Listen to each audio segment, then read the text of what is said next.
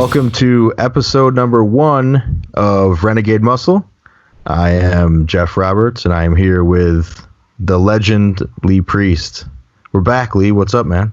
We're back. Yeah, until we get kicked off again or something happens, you know. I know. What the fuck? We've already had a fucking hour of technical difficulties, and we haven't even started yet. That's right. I got up early. I got up at 5 so I could train, which I trained a bit of chest and biceps, and then I figured I'd just do 30 minutes of cardio so I can quickly eat breakfast by 9 o'clock. And now I've just been sitting from 9 to 10 while you do. I think you've got too much fucking porn on your computer fucking clogging it up. It's got to be what it is. I'd imagine that's what it is. So, yeah, it's been a while. Excited to be back on. What are you, why are you looking so shredded these days?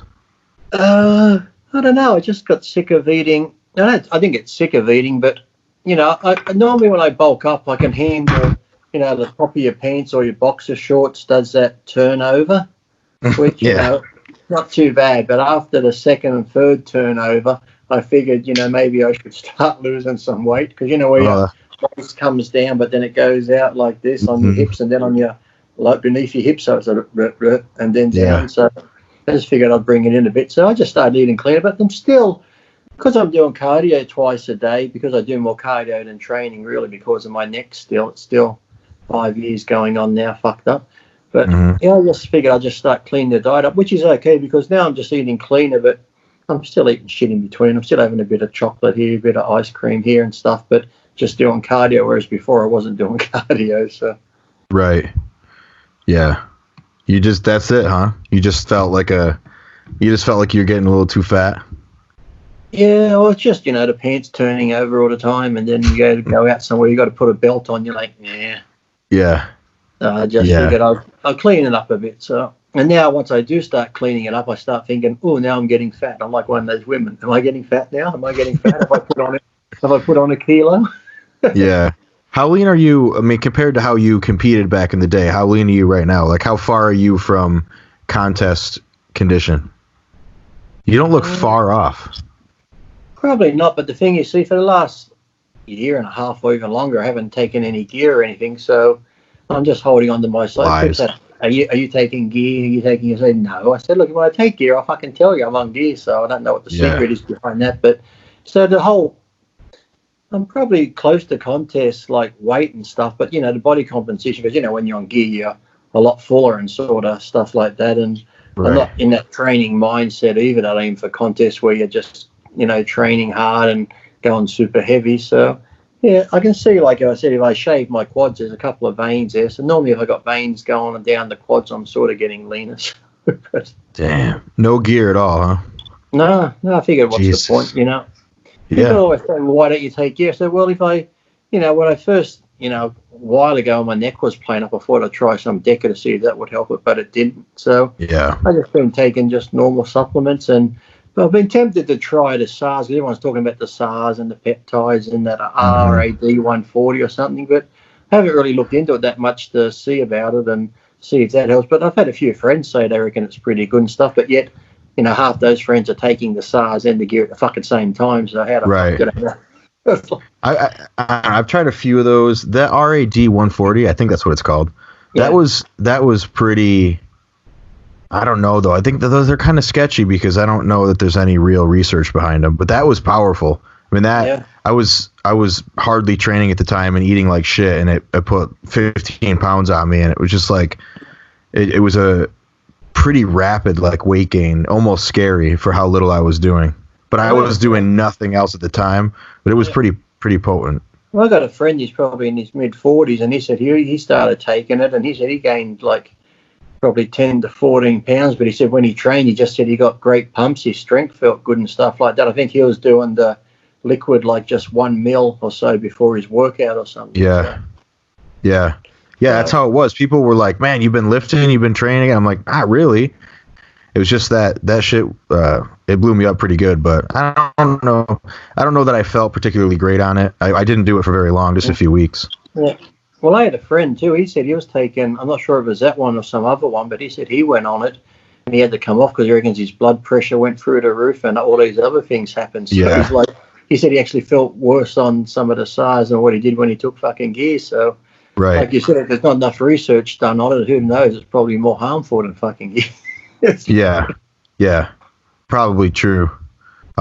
So with the new show, I think as far as how we're planning on doing it, I think we're gonna do like 2 to 3 shows a week or a month. I'm sorry, like 2 to 3 shows a month. I mean, if we can get more in, we'll get more in, but we don't want to say that we're gonna do it every week because it's Monday morning for Lee and it's Sunday night for me, Easter. And so it can be, and then with the, you never know what the connection is going to be like. We're promising every week. We're going to try to do twice a month, 3 times a month, something like that. And we'll have listener questions like we used to have back when we did International Iron.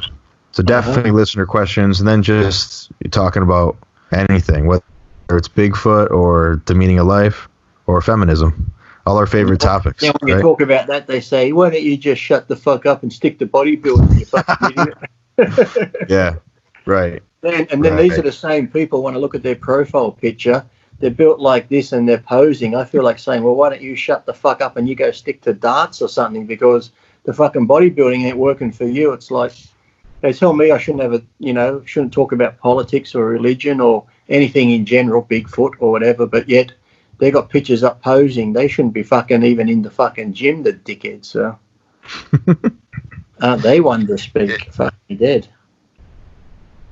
Yeah, there's so many. I mean, and they're the same ones. So you ever look at them when they abuse me? They go, "But yet, Lee, I don't want to be a bodybuilder. I'm not." But yet, I click on their fucking profile, Instagram or whatever. Every fucking picture, double bicep, shirt off in the gym, doing the most muscular. Next thing, they're flexing their legs. I'm thinking, for someone that doesn't want to be a bodybuilder, every second picture is a fucking mandatory fucking pose, and you got your fucking shirt off flexing in a fucking gym. Even I didn't do that as a professional. I took my shirt off for a photo shoot or a tank top for a photo shoot. I never took fucking photos like that. But yet, I don't want to be a bodybuilder. And the reasoning is because I don't want to take drugs and do that to my body. Okay. Yeah, right. AKA you fucking suck. You probably are taking drugs and you still just look like shit, so shut up. Right. Yeah. That's most of those guys. I mean, it's the same as the guys that say, I don't want to be huge. I just want to get in shape, but I don't want to be huge. It's like, oh Jesus, if you suddenly become huge on accident, please let me know how you did that. Oh, yeah. Or, what the hell? If I train my arms, they can get really big, but I just don't want to have big arms. They just explode if I train them. I'm like, okay, yeah. Right. No guy wants to have a good set of arms, does he? It's like, God forbid. I'm only 17. I don't want to go to 18 or 19 inches. Just 17, I'd like to stay around. I'm like, oh, fuck off. Yeah. And they're the ones that, too, with the 17-inch arm, wear the fucking smallest shirt they can buy from the Gap or something in the female section. Right. Or Crombie and Finch, that fucking tight shirt. Well, it's so tight here, and then they're so fucking skinny. They got the tight shirt here, and they wear their fucking collar up, looking like a proper dick. So I guess what's the deal with what's the deal with the virus in Australia? Is it locked down? Is shit closed? Well, we're locked down. Well, this is the controversy here, because we're locked down. You can leave for essentials, the grocery store, if you got to go to a doctor's appointment, or if you got to go to work, if you're still working, you can leave the house. You can go exercise. They closed the beaches. See, this is the thing. I think yesterday the state of Queensland handed out $800,000 in fines. New South Wales handed out $1 million in fines. So this is the thing. You can go to the beach, like a beach that's fucking miles long, so you're separated from everyone. Yeah. You can walk on the beach, but you cannot sit. If you sit, you'll get a fine. Same as a guy was in the park. No one else around in this huge, massive park. He's laying there reading a book. The cops come over and give him a fine. So you can walk and keep moving, but you're outdoors. You're in the sun. There's breeze blowing. You're away from people, but you can't stop and sit there. A worker eating a kebab on his lunch break got a fine. It's like, what's he meant to do? Walk around eating his fucking lunch? But yet you can still go to a grocery store where you're in 1.5 meters of people. They have shopping centres are open. It's like, so some people are getting fines for like even just going for a drive. Well, wait a minute. If I live in the house with my wife, we're the only two people, and now we hop into the car and go for a drive, if you haven't got a valid reason where you're driving to, they give you a fine. But I'm like, I'm with my wife. I'm not infecting anyone and sitting inside my fucking car. So it's just bullshit. They got all these. And then 2 weeks ago, stay inside. You can't go out. You can't go out. The state of Queensland had their state elections where over 2 million people had to go out and vote, get in voting lines, go to voting booths. But that's okay. And if you didn't go and vote in Australia, even though it's a democracy, if you don't vote, you get fined. So over 2 million people had to go out of their homes to go vote. But that's okay. That's like, it's mixed messages. If you don't want people to go out, shut the places down. A guy yesterday went to the garbage tip, you know, where you take all your rubbish and shit. Yeah. He got fined for going there because they said it wasn't essential. But getting rid of your rubbish is essential. And if it's opened, why can't I go? If you don't want me to go, why is it open? It's like we have stores here like Harvey Norman. That's like an electrical store that sells TVs, washing machines, blah, blah, blah. A guy got a fine because he was going to buy a bigger TV. And the policeman that stopped him said, well, I don't think that's essential. He could argue the point, well, I'm stuck at home. I want a bigger TV for my mental health because I've got to sit inside all this time. And again, if the TV store's open, why can't I go then? They've got ads on TV. We're open. Just keep your social distancing once in the store. You're putting ads on TV saying come to the store, but keep your social distancing. But on my way there, if this policeman deems it's not essential, I get $1,000 ticket. So that's all. Yeah, that's strange. I mean, they're not doing that here. Yeah, they're not. I mean, only essential businesses are open, but they're pretty liberal with the term essential. I mean, well, that's the same here because really it's like we've got Bunnings is like a Home Depot. It's open. But then some of the people on the news are saying, well, that's not essential. I'm like, well, maybe if you're stuck at home and you need light bulbs or you need something electrical, or if you are stuck at home under this lockdown, that's the best time to do home repairs or do shit that you haven't been able to do because you've been going to work. If you don't want to go to the hardware store, then fucking shut the thing. Just leave open grocery stores and doctors, the things that you deem are essential. Close everything else down. Fucking hell. Right. Yeah, I mean, it's weird here because, I mean, the pet stores, I'm pretty sure even like pet stores and stuff, a lot of things are, you can only pick things up at the curb. You come up and the employee comes out, but there's no enforcement. Like, you're not going to be asked why you're out. You can go out all you want. I mean, you can pretty much do what you go where you want to go as long as the place is open. A lot of people now are stopping because ours are actually just pulling people over randomly. And like I live in the state of New South Wales and we have Queensland, they've actually shut all the borders. So it'd be like if you lived in the state of New York, you couldn't drive down to another state, North Carolina. They'll stop you at the border. If you don't live in that state or have a valid reason to go there, they turn you around. So pretty much all the states now, you can't go into different states driving without a valid reason and stuff. So you can't even, here's another thing, like it was holiday time. They say don't go camping. To me, going into the bush, or America calls it the forest, how much more can you get away from people? Why not go? Yeah. As long as you're away from people, you're out in the fucking forest. Yeah, that's the best place to be. You're not going to get a fucking virus out there unless if you're in America, a fucking grizzly bear comes down and gives you the fucking virus or something. But fucking hell. Yeah. As I said, it's just mixed messages. And like I said, it just comes down to the cop on that day. If he thinks that what you're doing is not essential, he'll write you a ticket. And they even had a lawyer on TV saying, when this is all over, the court system's going to be that jammed up with people fighting these tickets, and they will win because it's just stupid shit that they're writing. I figured, the government's giving out all this money. They've got to try and recoup it back somehow, so they're writing all these fucking tickets. So it's just, that's crazy. But yet you watch the police, they go around in groups. Like there'll be a group of cops, 6 or 7 of them. They're not wearing masks or gloves, so I guess the virus doesn't affect people in authority. It only affects other people.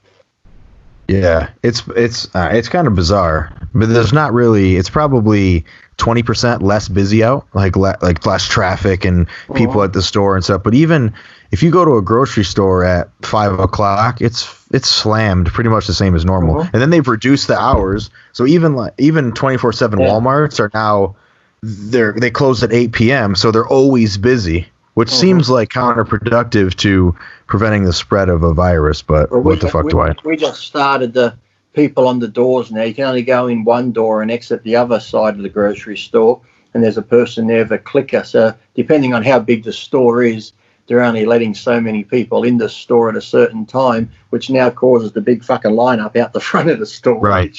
That's like, yeah. Exactly. It's crazy. I don't know. Are you? But you're able to. The gyms are open over there? No, the gyms are closed.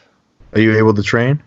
Yeah, I got a bit of stuff at home, so I just do what I can at home. So yeah, you know, it's like all these people going into meltdown. Well, what am I going to do, Lee? How am I going to train? It's like, mate, I look at their photo. Trust me, Geoff. When I look at their photos, they're worried about losing size. They got fucking nothing to lose unless their bones going to turn to dust. It's like if you do anything. They say it takes at least 2 weeks of non-activity. Like someone say you're in a comatose state and you're laying in bed like this, not moving, before muscle atrophy. So if you've got some size to you and you do any type of resistance, whether it be push-ups, pull-ups, pulling on a towel, as long as you're squeezing the muscle and giving it resistance, you're not going to lose any size. They think, oh, no, I've got to bench 400 every couple of days to keep my chest size. No, if you just do push-up after push-up after push-up, you're still going to keep your chest size. It's not going to go anywhere. So these people... As long as you...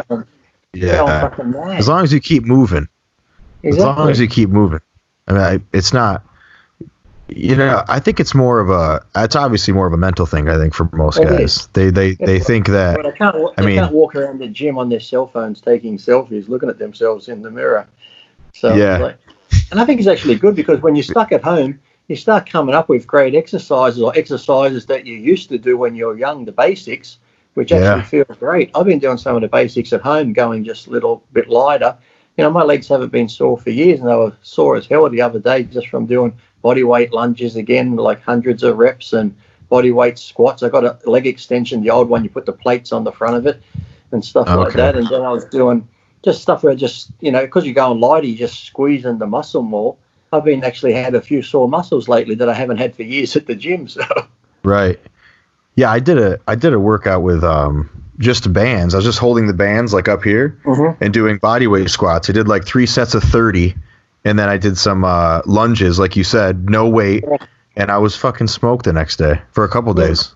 And next day I'm sitting there and the cat jumped on my lap. I'm like, oh fuck! And my wife's like, what? She claw you? I said, no, just the cat's body weight.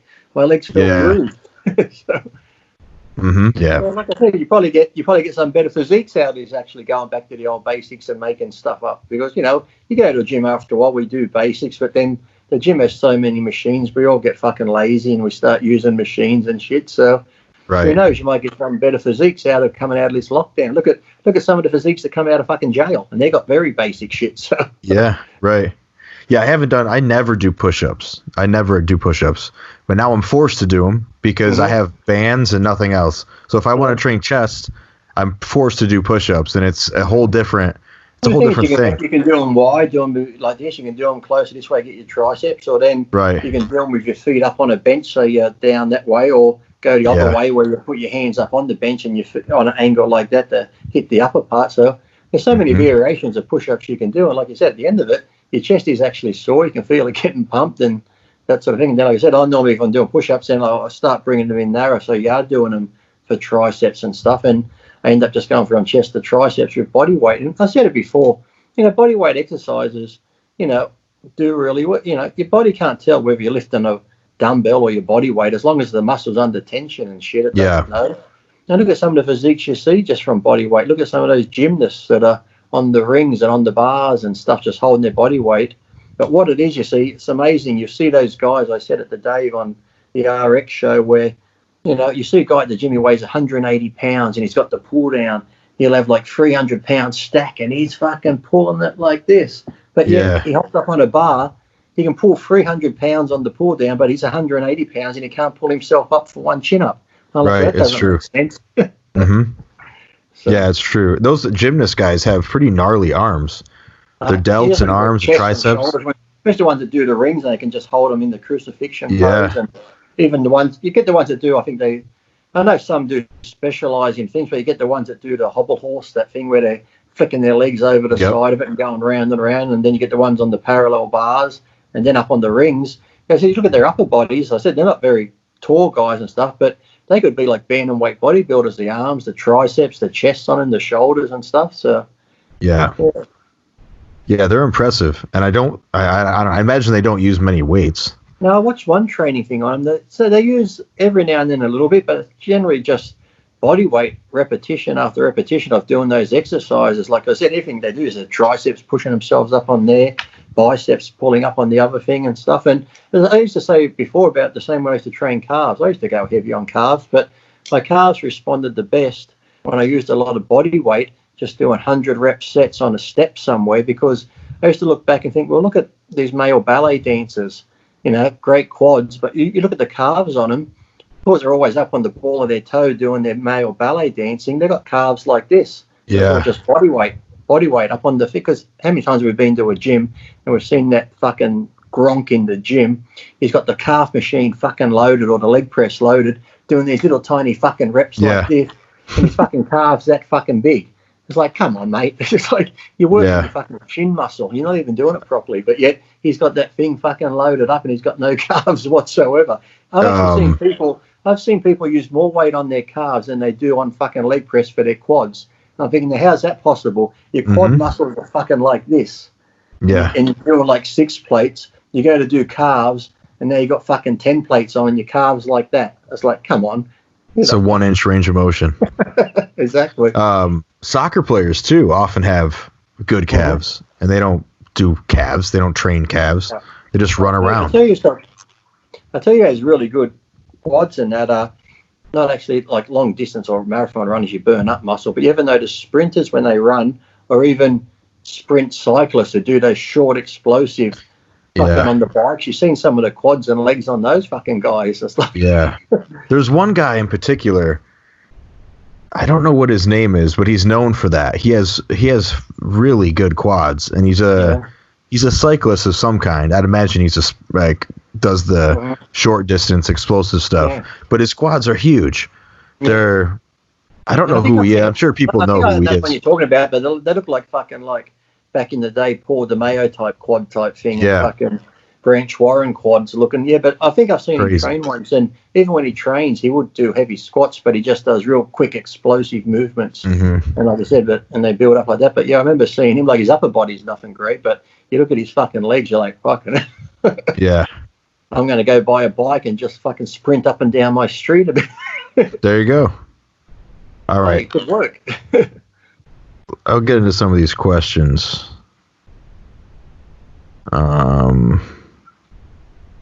Harry Culligan says, can you talk about your method for bulking/cutting? I know you're really well known for some legendary bulks. So, yeah, method for bulking/cutting, if you have one. There is only one method for bulking, and that's fucking eat. I get this all the time. How do I bulk up? What sort of bulking diet? I hate when they say, what sort of bulking diet should I do?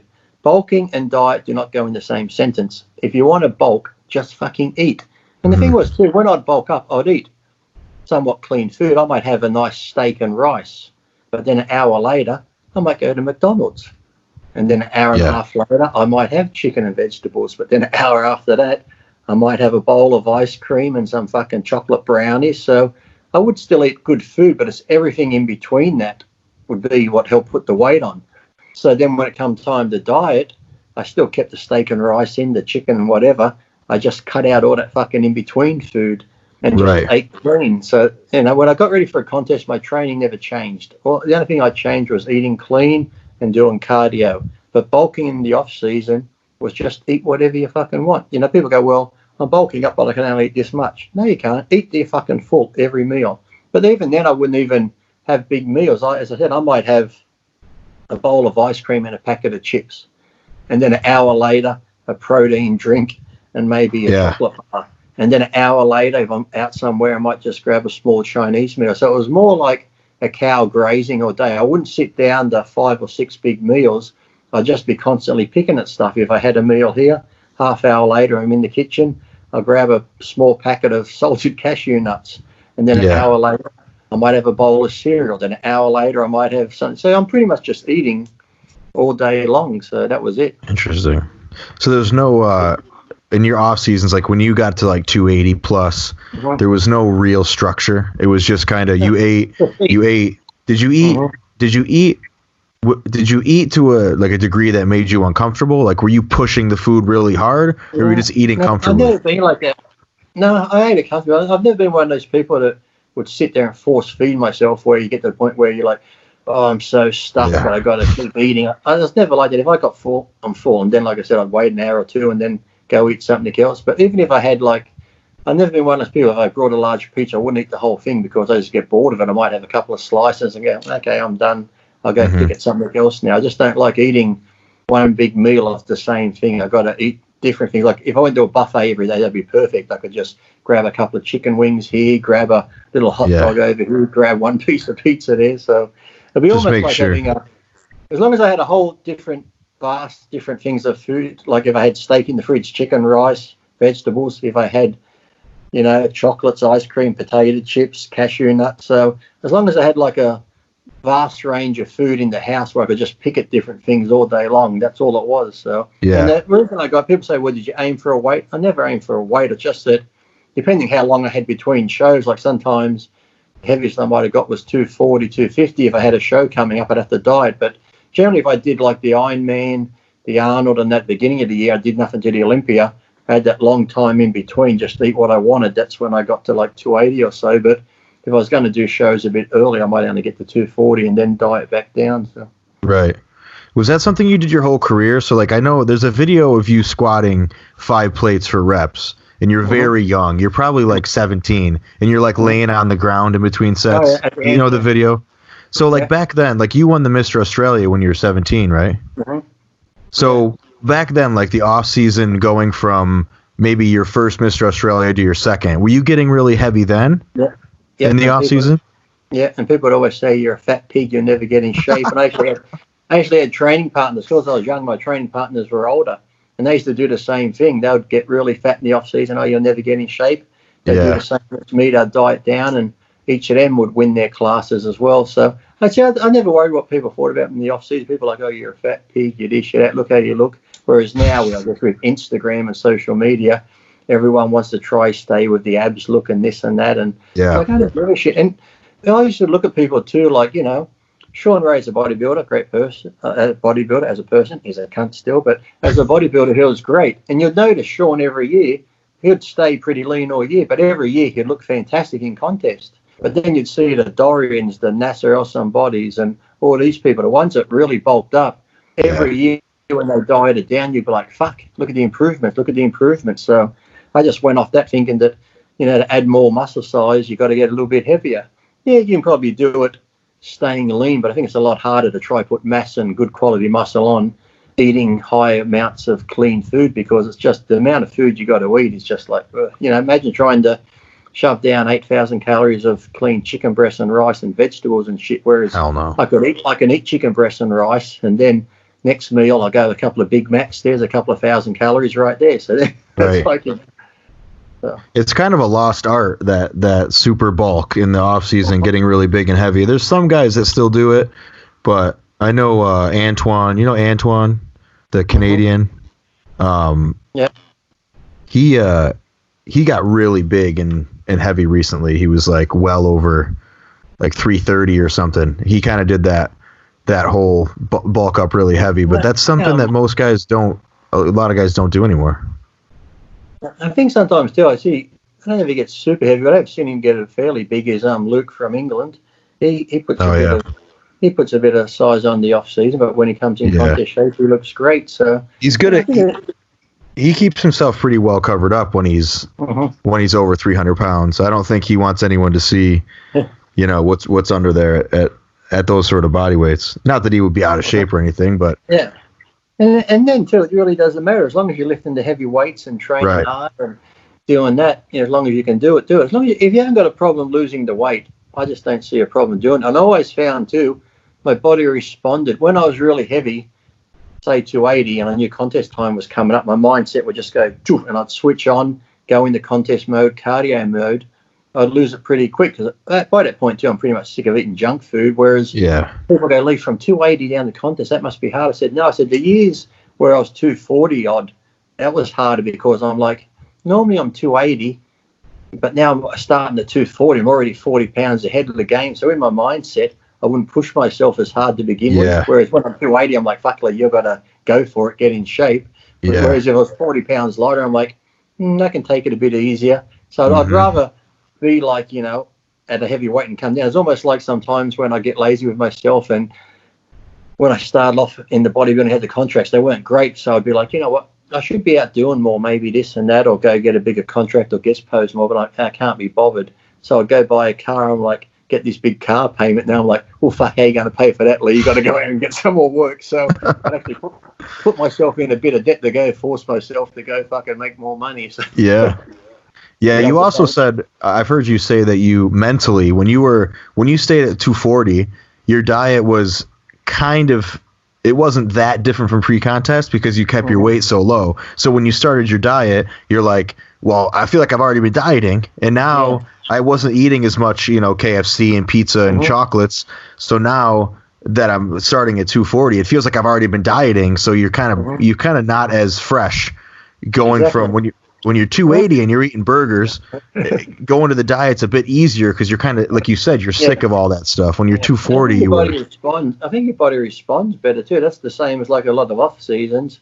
People are like, Lee, what gear do you take off season? I'm like, nothing. I said, the amount of food I'm eating, just the nutrition and training, I'm sleeping because I'm, you know, when you eat a lot of carbs, as soon as you finish training, you're like, fucking fall asleep watching TV all the time. So I just didn't take any gear. And that's why I've always used those small amounts. So I figure being off the gear for 5-6 months at a time, when you do take it again, even using small amounts, your body just reacts to it. So whereas you got these guys who are continually on it all year round, and they say, you know, what do they call it? Fucking, when they go high, but then they come down, or whatever they call it. Blast and cruise. Yeah, blast and cruise. I'm like, I wouldn't even blast. I'd just let a good amount that I knew worked for me. I'd come off it for a couple of months, and then when it come contest time, I'd go back on it. So, like you said, these guys, they blast and they cram on, but then I'm off it now. Well, you're not off it, you're just cruising, you just lowered your dose down. So if your body's always on it, it's like anything. It's like when I'd eat so much junk food, I get so heavy.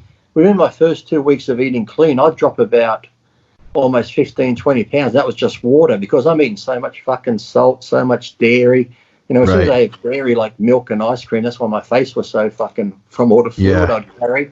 As soon as I went from all the processed type shitty food, I'd start Monday, everything, just this oatmeal, rice, chicken, and normally for the first week or two I'd feel sick because I'm having all this processed food, all this high sugar food, and in one day I'd just go whack and cut it. My body would be like, look, I'd almost go into shock because my body's like craving all this shit. So, but I'd drop about probably 15 pounds in the first week or two, and half of that was just fucking water weight from all the crap food I was eating. Right. The one thing too about you, I remember asking you before, is most guys who are 5'5" and a half, and 280 are going to talk about how horrible that body weight was to carry around, and how cumbersome they were, and how tying their shoes and this and that, and sleeping all day. But it seemed to not really bother you. It didn't bother me at all. I was out doing anything. Generally, some people like even tying the shoes was never. I think I remember the very first time I hit 250, I was sort of a little bit uncomfortable. But then, because I did it every time so often, it just felt normal to me. So even at 280, I could go out all day walking, wouldn't bother me. Go to amusement parks, walk around all day and stuff. So, like you said, there are people that as soon as they get that weight, or they're sitting down, breathing heavy. But to me, it just felt normal. So when I lose the weight, got the weight, it didn't bother me at all. Whereas some guys, you see them after a show, once they put the weight on, they're just like, It's like, no, it just felt normal to me, because people always ask me, how does it feel being that weight? I'm like, feels the same as when I'm in contest. Well, you know, in contest shape, I'd say it felt different because you're doing more cardio and that. You always feel like you got more energy, because when I get to the contest mode, I become more like a drill sergeant. Eat at this time, train at that time, cardio this time, meal again at this time. I'm so regimented, so that changes. But then because I'm doing so much cardio, it's like off season, I could go walk all day, but if I'm not walking, I sit on the couch, I'd be like this. But contest time, I'd sit down, I'd be like, I got to do something, I got to keep moving. Your mind's in that frame of just because you're busy, I can't sit still. So harder to sleep too. Yeah, I'd go off and do something else. So I just find shit to do. Even if it was around the yard, I'd go out and mow the yard or go do some gardening. As long as I kept moving, kept busy, vacuuming the house 3 times a day or dusting, it's just like I just find stuff to do rather than sit there. It just felt like if I'm getting ready for a show, I shouldn't be sitting there for that amount of time. Right. Whereas now I sit and watch 10 episodes of a fucking TV show in one day. I'm like, oh. What are you watching right now? I just finished watching that last one I posted up. It was about like a containment, about a virus show. That's an older one from like a couple of years ago. Oh, appropriate. I finished watching the last season, or season 7 of Blacklist. I finished that one. Okay. And that's the thing, though. I hate when they put the whole season. You know, I hate when it comes up one episode a week because you've got to wait a week to watch it. Right. I think I've got to catch up on a couple of Picard at the moment too, the Star Trek one. But I hate when they put up one a week because you've got to wait the week. But then when they put the whole season up, I sit there and watch the whole thing in 2 days. Now I'm like, oh fuck! Now I've got to wait a year probably for the next season to come out. So. Yeah, I heard the new Star Trek one is good. Yeah, it is Picard. It is pretty good. And then I did watch Power. I finished that one, and they're meant to be having a spin-off from that one coming out later too. So, did you watch the Mandalorian? Yes, I did. I enjoyed that. That was pretty good. You know, I never watched Game of Thrones, and the thing is too, it's like, because I think if I started, I might like it, and now there's like 8 seasons. If there's something where it's 1 or 2 seasons, it's overwhelming. Yeah, I'll watch 1 or 2, and then I can catch up. But if it's something where it's like, start watching now and there's 6 seasons, 7, I'm like, oh fuck, if I like it, then I got to catch up on all that shit. So that's how I feel. I'm pretty sure I would like that. But sometimes I might go to season 2 or 3. If I watch season 1, I'm like, for season 2, let me just go to season 3, because at the beginning of season 3, it gives you the whole fucking recap. So I just sort of catch up really quick. Or you go on YouTube, play catch up. Go on YouTube where it says, you know, such and such season broken down in 15 minutes, like the main parts. I just do that. Okay. All right, this guy. Sons of Anarchy. I never got into that because there's too many seasons. I'm like, oh, there's too many. And people say Breaking Bad was good. I'm like, oh, too many seasons. I can't fucking. Yeah, I feel the same way about a lot of those shows. It just seems like such an investment when they're already out and there's 8 seasons and This guy asked, make a movie. I can watch a movie about it. Yeah. This guy asked, how did you come up with the mental hamster? Which you didn't, but. No, my friend Aaron did it because he just got to the point where, you know, he had Alpha before, and Alpha's been used so much, he just figured, you know what, I'm just going to, look, he'll just prove a point that people will buy anything named anything. So he goes, what silly animal can I come up with that, you know, no one's ever used before? So he just figured, I'm going to use a fucking hamster. You know, I could use a rat, a mouse, whatever. He goes, a hamster's a funny character, so I'm just going to come up with mental hamster just to prove that you can call anything, and people will buy it. So we've got the mental hamster products. We've got the mental culture clothing, the mental vodka and stuff like that. And, you know, it's funny too, because in the beginning, people are like, you know, some of the products, bipolar is the pre-workout. And he's like, I call it bipolar because he goes, I have bipolar. And plus, you take it, you get on this big fucking high and go nuts. But then you get the worst fucking crash when you come down off it. So it's like having bipolar. But even people have been like, I don't like the name of that product. I have a son that has bipolar. It's like, oh, fuck off. It's like all these people that get offended about even the word mental for a while. They tried to say, well, you know, having the name mental on the thing is not good for people with disabilities and mental problems. Like, oh, really? Fuck off. Can't say retarded. I'm looking at it right now. I'm fucking retarded, so I tell people I'll use the word retarded all I want because I'm fucking retarded. That's a good point.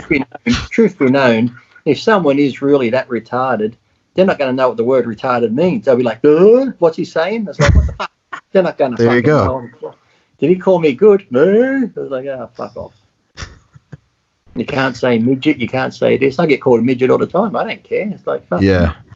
I mean, when did we become so sensitive in the world? That's what I don't get. Because like so many comedians out there still, you know, I like the Dave Chappelle special. Love Jim Jeffries from Australia.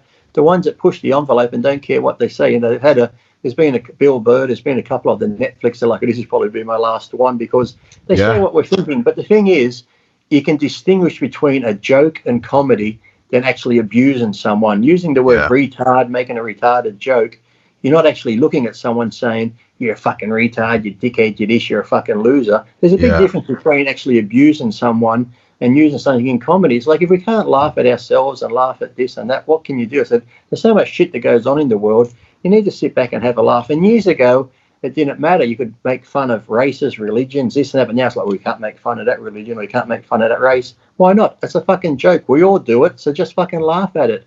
You're not fucking actually abusing someone and putting someone down. It's comedy, and it never offended people before. It's like when that Kevin Hart got in trouble for, he was going to host the Oscars, and someone brought up a tweet he did 10 years ago where he mentioned something about if his son was gay.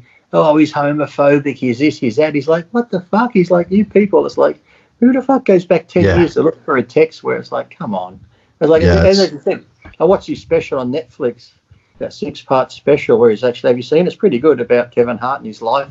It's almost like a documentary on his life, and it gets to that bit. He's just like, yes, people that know me know I'm not homophobic and this and that. So he goes, for a long time he fought. He's like, I'm not going to apologise for it. And to me too, it's like, people say, Lee, do you ever feel bad about saying that? I'm like, no. I said, because you can't please, you've always been told you can't please everyone. Right. You see a movie star or a politician will come out and they'll say something, and all of a sudden, well, he said this, he said that, apologise, and then they come on TV. I want to apologise. No, don't fucking apologise. If that's what you said and you didn't mean it in that way, why you got to apologise for it? Because say there's 1,000 people, you say something, these 10 people over here might take it that way, but that's not what you meant. So why apologise? Because then you come on TV and you say, look, I apologise, and say something else. Okay, these 10 people are happy, but now these 10 people are pissed off because now you've said something else, and now they don't like what you said. So it's like, as long as you're not out there using it in a malicious way, deliberately attacking someone, if you're just saying it as that's how you feel and that's how you think, it's your opinion, well, everyone, like I said, you're not going to please everybody, so why should you come back and have to say sorry if you didn't mean it that way? I say a lot of stuff sometimes. People go, Lee, you're a racist. It's like, there isn't any racism in what I'm saying, but in your mind, that's what you're hearing. I can't control, it's like when people say, he made me do it, he got me upset, he made me do it. It's like, no one makes you do anything. You can hear what someone says, someone can get you mad if you want, but I can say anything, but how you react to it, that's on you. So I can say certain things, and in someone's brain they interpret as, oh, hear what he just said, he's being racist. People go, what? How the fuck did you get that from that? Well, this and that, and well, it's like, oh, fucking hell. Yeah. I mean, I don't know. I think context is important with that sort of thing. Just because, I remember I listened to at what point are we going to make the word slow not allowed? Because the word retard or retarded doesn't necessarily refer to someone who's mentally challenged. I was watching an interview with some scientist or something not too long ago, and he used the word retarded in a sentence. Like, he said, something happened, or I think it was something about like they were exploring the Amazon jungle, and they came up to something that retarded their quest, and that's how he used it. And he's like this well-to-do fucking PhD, the whole nine. And he said whatever happened which retarded our quest, and it just means slowed it down. Yeah. If I say this microphone is retarded, I don't necessarily, because it's not working or something, it's not, I don't mean it like it's mentally challenged, like those poor people. It's just not, that's not what I mean.